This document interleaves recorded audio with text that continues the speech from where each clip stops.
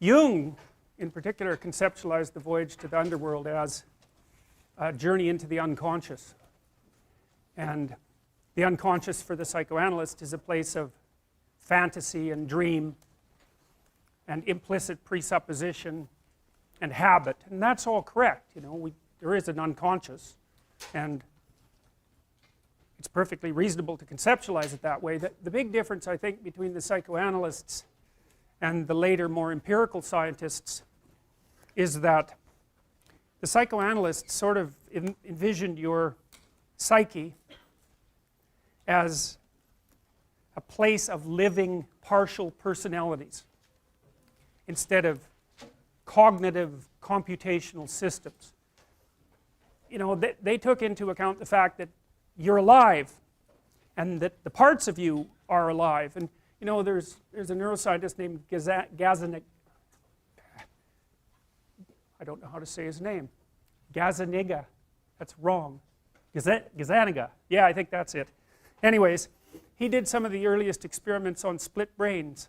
And so sometimes if you have intractable epilepsy, which I wouldn't recommend, by the way, one of the surgical procedures for mediating its negative effects is something called you cut the corpus callosum, and it's a very large structure in the brain that connects the two separate hemispheres. And you know, it's not obvious why we have two separate hemispheres, although I'll tell you a little bit about why I think it is. But anyways, they do communicate. And what Gazzaniga demonstrated was that you could tell one hemisphere something without the other one knowing, that both hemispheres were conscious and that the consciousness was somewhat independent. Really strange. It's very interesting, makes very interesting reading. You know, because it suggests that fragments of ourselves, you can think of, you have fragments of yourself within you that are like low resolution representations of you, you know, and the psychoanalysts would think of those more as, they're kind of like one-eyed giants. That might be a way of thinking about it if you were thinking about it in a fantastical way. So there's the angry you, and you know, you've all come in contact with the angry you. It's rather rigid. That's the first thing you might say about it. It's impulsive and short-term. It doesn't think much about the past unless it's bad things about whoever you're angry at, in which case it thinks about them a lot. It's not too concerned with long-term future consequences, and mostly it wants to be right. And you know, when angry you disappears and normal you, assuming such a thing exists, reappears, you can be perfectly shocked about how angry you behaved. And in fact, sometimes if angry you really gets out of hand, like it might in a battle, like a war, it might do things that you just can't imagine that you would do. And under those circumstances, you can reveal parts of yourself to yourself that are so foreign and so horrifying that it will leave you with post-traumatic stress disorder. Because it is the case that many, but not all, people who suffer from post-traumatic stress disorder, especially if it's battlefield related, get it because of something they did rather than something they saw or something that happened to them. And that's really worth thinking about, you know. I mean, there's a lot of weird potential nested inside people, and you know, you don't see it under normal circumstances because the circumstances are normal. And part of the reason that we like the circumstances to be normal is precisely so that we don't see those parts of people we don't want to see. So what God says is, well, you're angry and you're upset. It's like, well, what's your problem? And then God tells Cain, if you did things properly, they would work out for you. Well, it's the last thing he wants to hear, because what Cain wants to believe is that the reason he's not doing very well is because there's no sense having any faith in the logos. The transcendent is evil and aimed exactly against him, and the entire social contract is faulty. That's what he wants to hear, but that isn't what God says. God says, well, wait a minute, maybe you're doing something wrong. Well, that's maybe a worse message than everything else is corrupt. It's like, you're having a problem because you're just not everything you could be. Well, and then God says something really nasty, and you can't tell from this lines. I read a bunch of translations to try to figure out exactly what it meant. So this is what God tells Cain. He says, you're in a room in a house, and there's something at the door. And he uses a metaphor, God uses a metaphor. It's a sexually aroused predatory cat. And you invite it in.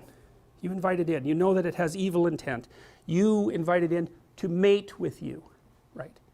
And its union with you, this malevolent force, its sexual union with you has produced an offspring. And that offspring is what possesses you. And so not only have you done something wrong, you've invited the spirit of wrongdoing into your life, and you've creatively intermingled it with it voluntarily to bring forth a monster of your own creation. So that's what God tells Cain. It's like, look, it's bad enough that God says, you know, you should get your act together, because maybe that's why things aren't going so well for you. Before you criticize the transcendent and the world and the structure of being, maybe you're doing something wrong. But it's worse than that. He says, not only are you doing something wrong, you bloody well know you're doing something wrong, and you're doing it creatively and with intent. So not only are things not going well for you, but you've played a creative role in producing that situation. And so God basically says, I am taking zero responsibility for rejecting your sacrifice. It's all on you. And so Cain leaves, and he's like seriously not happy with that response, because he wanted to hear, pat, pat, you're a victim of circumstance and everything's conspiring against you, and really, being God, I should get my act together and just give you what you want, because obviously, being God, I'm wrong and you're right. Well, that isn't what happens. It's exactly the opposite of that. It's completely on you. That's the judgment. And so Cain leaves, and believe me, he was wroth before, and his countenance had fallen before, but it's nothing like it is now. And so he hits the next stage, and he thinks, okay, I'm going to take my revenge. What am I going to do? I'm going to find the most innocent and worthwhile thing that's favored of God, and I'm going to kill it. And that's what he does. So, and it doesn't matter that it's his brother. And Abel, you know, we're drawing the inference, Abel's done the right things, everyone likes him, everything's flourishing for Abel, he's a good guy. He's one of those people that you meet that has everything, and then you meet them and you wish you could hate them, but you can't, because they're really good people, and then you really hate them, because not only do they have everything, but it appears that they deserve it. And there's nothing that sort of sits in your soul and rots it more than that realization. And so that's the situation with Cain. And so Cain thinks, Cain talked with Abel his brother, and it came to pass when they were in the field that Cain rose up against Abel his brother and slew him. So that's so interesting, because look what happens to Cain here. So he's not doing well, he's separated from the transcendent and from society, he's bitterly resentful, and now he goes out and kills the very thing that he most wants to be. So he destroys his own ideal, right? He demolishes his own ideal. That's how far his resentment has pushed him. And so he's done, right? But it doesn't matter, because it enables him to take revenge. So he doesn't care. It's like the suicidal school shooter that blows off his head at the end of his mayhem. It's like, it doesn't matter to him. It's part of the same art form. And the Lord says unto Cain, where is Abel thy brother? And Cain said, I don't know. Am I my brother's keeper? Well, that's a good question. That's why it's posed in the story, because the answer to that is supposed to be yes. And God says, what have you done? The voice of your brother's blood cries unto me from the ground. That's actually the motif that Dostoevsky explores, I would say, in Crime and Punishment, because what happens is that Raskolnikov is Cain for all intents and purposes, and he commits a murder, but he gets away with it. Well, so he thinks. So he thinks. No one suspects him. He buries the money. He can't stand to touch the money. He buries it in an abandoned lot, and he's drawn there now and then to look at where it is, but he can't touch it, because the money, it's so funny, because the money before he kills the pawnbroker is not the same as the money after he kills the pawnbroker. And the Raskolnikov before he kills the pawnbroker is not the same as the Raskolnikov after he kills the pawnbroker. In fact, they're not the same at all. And so Raskolnikov is tormented by God, you could say, but not from the external world. He sets the crime up quite nicely. It's that the spirit against which he transgressed tortures him from within. And there's no escape from it. And so eventually what happens in Crime and Punishment is Raskolnikov continues to manifest himself as guilty in every possible way until he receives the punishment that he desires, because it's the only way that he can set things right. He essentially turns himself in eventually, because he can't tolerate what he's done. So that's the idea. Thy voice of thy brother's blood cries unto me from the ground. It's guilt. And now you're cursed from the earth, which has opened her mouth to receive thy brother's blood from thy hand. When you till the ground, it will not henceforth yield unto you its strength. A fugitive and a vagabond shall thou be in the earth. You know, and you might say, well, why does God not just strike Cain dead?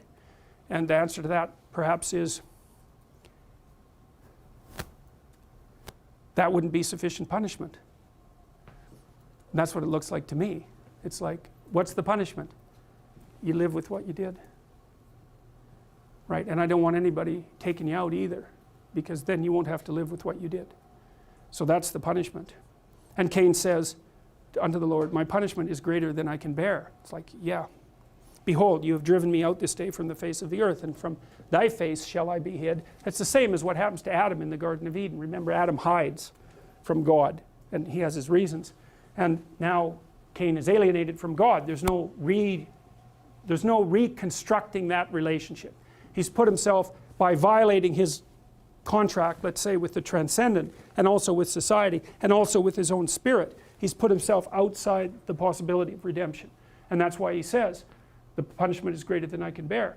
There's no hope left, right? So he's in hell for all intents and purposes.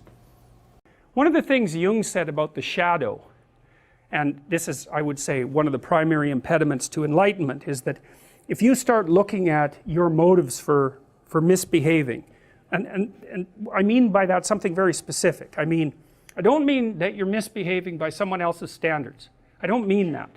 I mean, when you know by your own standards that you're doing something that's devious or malevolent or underhanded, you know it, and you still do it. So it's your own judgment you're bringing to bear on yourself. If you look at why you're doing that, the longer you look at it, the deeper a hole you dig. And so this is the motif of Dante's Inferno, fundamentally. So Dante's Inferno is a story about, I can't remember his name, unfortunately. Might be Dante, in fact, although I don't remember. He's led into hell by Virgil, who's an ancient philosopher, thinker. And hell has levels, and so the outer level is, and this is a Christianized version of hell, because there's hells of all sorts, but this is a Christianized version. And so on the outermost levels of hell, which is sort of like normal life, are the ancient philosophers, and they're still in hell because they weren't Christian, but it's kind of like, it's like cheap motel hell instead of the full pit thing, you know.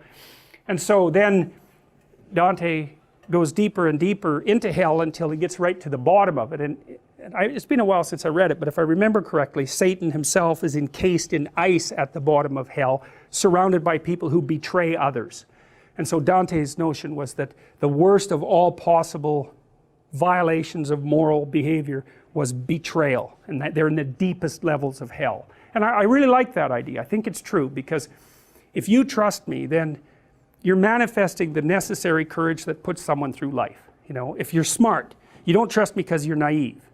You trust me knowing that I'm full of snakes and so are you, but maybe we could cooperate and move things along nicely, you know, and we could reduce each other to the word, to our word, and we could cooperate. But you're awake, you know, and then I betray that, then I'm undermining your necessary faith in life and humanity.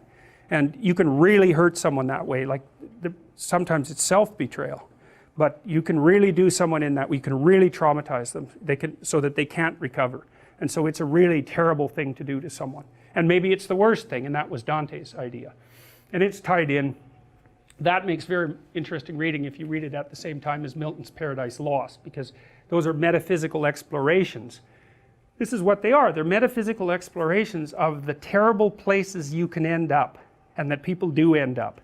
And also a metaphysical explanation of what spirit takes you there. So, because you might ask, well, why do you betray someone? And that is a deep question. And so you'll have your specific reasons, but under that there'll be some other reasons, and under that there'll be some other reasons, and under that there'll be some other reasons. And if you go all the way to the bottom, you come up with the ultimate reasons why you betrayed someone. And when you look at that, that will not be pretty. That's when your proclivity for evil, let's say, unites with the general human proclivity for evil, and you discover just exactly what you're capable of. And so Jung's notion was that, well, that was a full encounter with the shadow, which is, I suppose, partly what this course is about, because one of the things that I believe I told you at the beginning was that I was going to try to help you understand how it might be that you could be an Auschwitz guard. And to really understand that, that's a horrifying thing to understand. But I'll tell you, if you want to grow some teeth, that's a really good thing to understand. So we were talking about your capacity to negotiate before. Like, if you aren't a monster, you cannot negotiate. But if you've got that under control, then you don't have to be a monster. It's really paradoxical. So if you're just naive, well, you end up in jail and a marionette master has control over you. That's not helpful. So that's not good. That just means you're useless and you can be manipulated. You won't go out of your way to be malevolent, but it's mostly because you just don't have the skills, the organizational skills, or even the depth to do that. You know, you're good because you're harmless. That's not good. That's easily manipulated. And so you think, well, how do you get out of that? Well, partly you watch people because you know what they're like, because you know what you're like, but you also know what you could do and would do if you were pushed. And so you don't have to show much of that when you're negotiating with someone for them to take you really seriously. So it's a strange thing, you know, but one of the things Jung pointed out too was that what you most need to know will be found where you least want to look, and that's because you haven't already looked there. And so it's a little different for everyone, right? Because your particular place you don't want to look isn't going to be the same as your place, but you're going to have a place you don't want to look, and what you haven't discovered, that's where it is. And so that's all partly going to be discovered by you looking at what you're capable of, what you're truly capable of. And so women are much unhappier if you look at national polls than they were, say, in the late 1950s and early 1960s. And I think that's partly because freedom and happiness, those are not the same thing. They're not even close. And you know, I see young women all the time struggling to figure out what to do with their lives because they have no idea how to have a job/career and a family. So, and there's no answer to that. It's a really difficult problem. You know, and there's all sorts of ideas, like I did a lot of consulting for law firms for a long time, about a decade, and I had a lot of clients who were extremely high-functioning female lawyers, younger ones, trying to figure out how to balance their career with their desire to have a life. And, you know, you hear all the time about women being denied access to positions of power, and that's the consequence of prejudice and oppression. It's like, yeah, everything is caused by the same thing first, right? You have got one causal principle, wonderful, now you're a philosopher. You can figure out everything with it. It's like the law firms cannot keep their women in their 30s. They cannot keep them, the big law firms.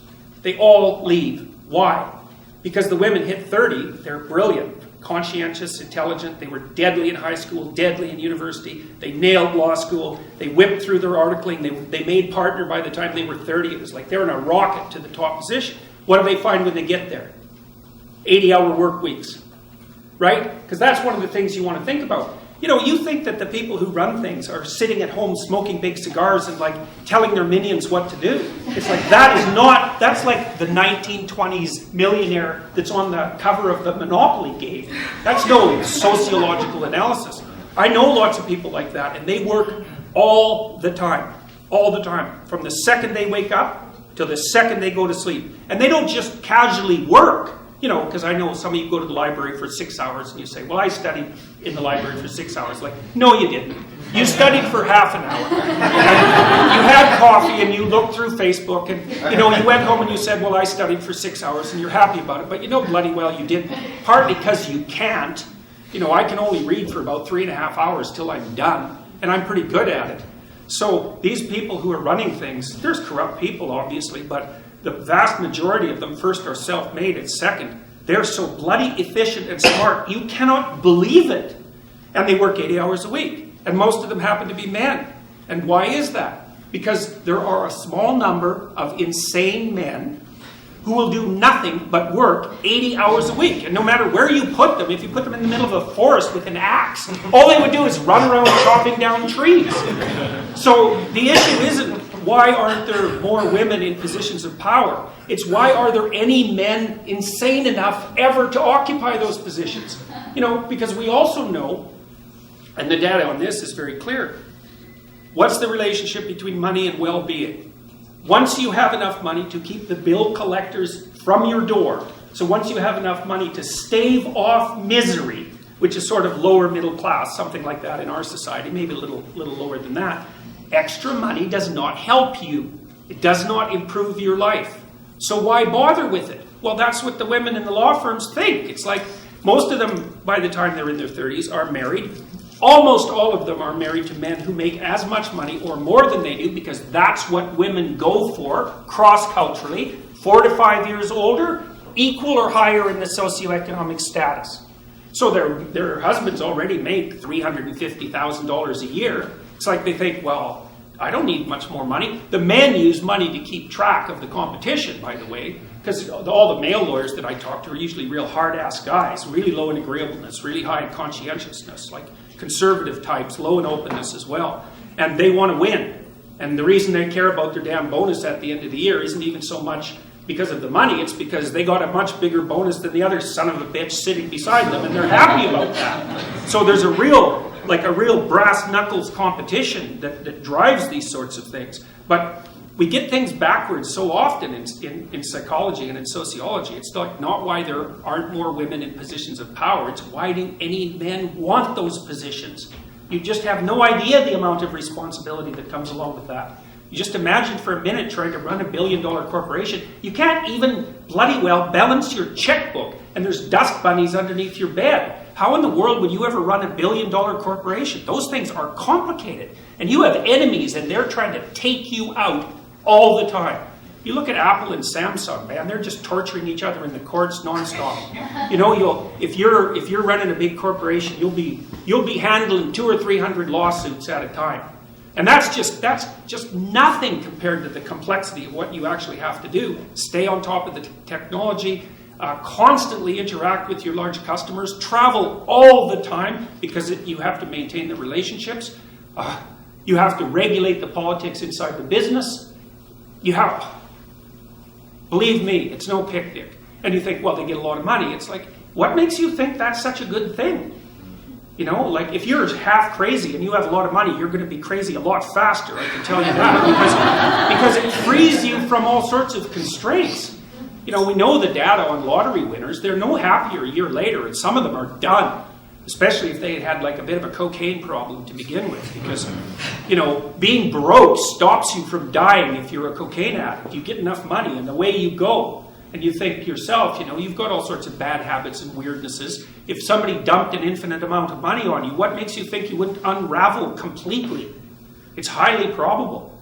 So, anyway, so back to these women. What they do when they're 30 is they look around and they've hit partners, so they've hit the pinnacle of their profession.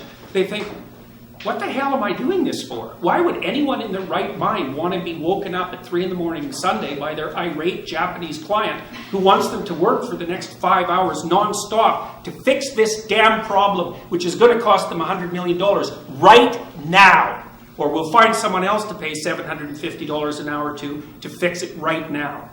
And you think, well, that's, a masculine form of value, because that's one of the criticisms. If the law firms just adopted a more feminine structure of value, it's like, what kind of bullshit is that? The reason that you get up at 3 a.m. on Sunday to talk to your Japanese client who's freaking out about their contract is because if you don't jump the hell up and do it right now, there's some starving associate who's unbelievably ambitious in New York who will pick up the pieces in 0.2 of a second, and they're smart and aggressive, and they'll take you out. So it has nothing to do with masculine structures of value. It's all the foolish ideas. And it's not just law where this happens. We know, for example, that female doctors work far fewer hours too. So the more female doctors you have, the more doctors you have to have. And I'm not complaining about women's priorities. I'm not saying the women are wrong. Not at all. It's like the older I get, the more I understand that marriage and family are of primary importance. And the more I see women in particular, they hit 35 or 40 and they're not married and they don't have kids and they are not happy. Because what the hell are you going to do from the time you're 40 till the time you're 80? You got no family? You got no relationships? What are you going to do? Go run your company. Yeah, well, if you're 1 in 1,000, that'll satisfy you.